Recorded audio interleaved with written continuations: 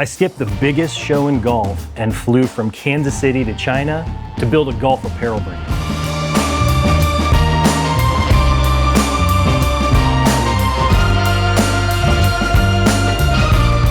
If you've ever tried to build an apparel brand, you already know the pain. You have a vision, it's crystal clear in your head. So you send it off to a factory, and what you get back is almost right, which somehow is worse than completely wrong. We launched Tempo a year ago, and the samples we got back was almost right. Well, almost right isn't the brand, almost isn't Tempo. Close is just a disappointment in higher resolution. I could have kept waiting, kept emailing, and settling for almost. Instead, I woke up one morning and made a decision that was completely unhinged when you say it out loud. I'm going to China. China? All right, y'all, it's 4 a.m. Just landed in Hong Kong. Super tired, but super stoked to be here. Let's go. All right, you guys, just landed in Hong Kong.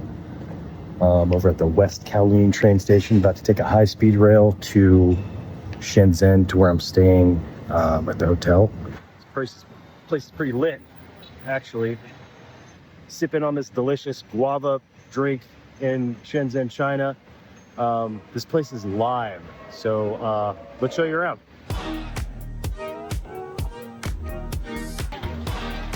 So just walking the streets of Shenzhen, just the smells, everything smells so good.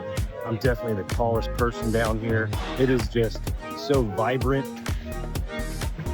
It reminds me a lot of New York.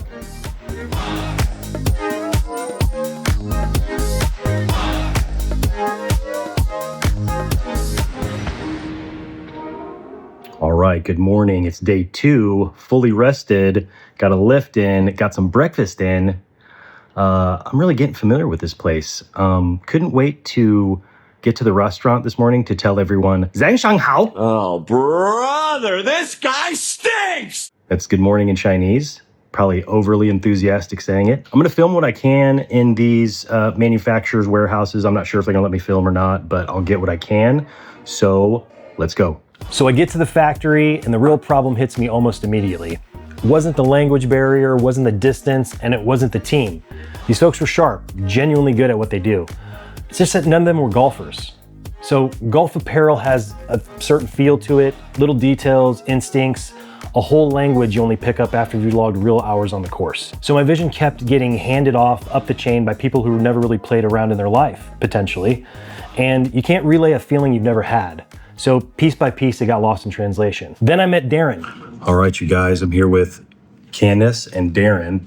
Oh, look at Darren, so good looking. So here's the thing about Darren. Darren actually golfs. He's logged hours on the course, early tee times, the rounds that humble you, the ones that keep you coming back. The one thing that none of the sales guys could fake. And that matters more than it sounds, because Darren's quietly helped build some of the most expensive golf brands on the planet.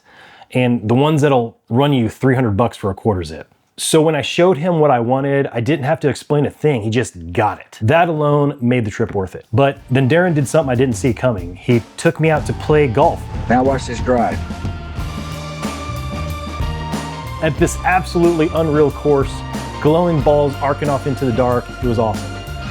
And somewhere out there, 2 golfers from opposite sides of the planet who haven't even met a week earlier, it stopped being about samples and factories.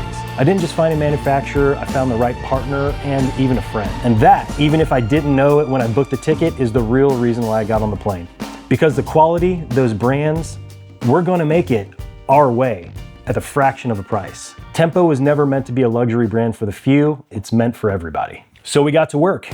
And not on a couple of pieces, but the entire full line. Polos, quarter zips, henleys, performance hoodies, shorts. We went deep on every single one. So the fabric, the weight, the stretch, the way it moves when you swing, and the way it sits when you don't. So the fit, a collar that actually holds its shape.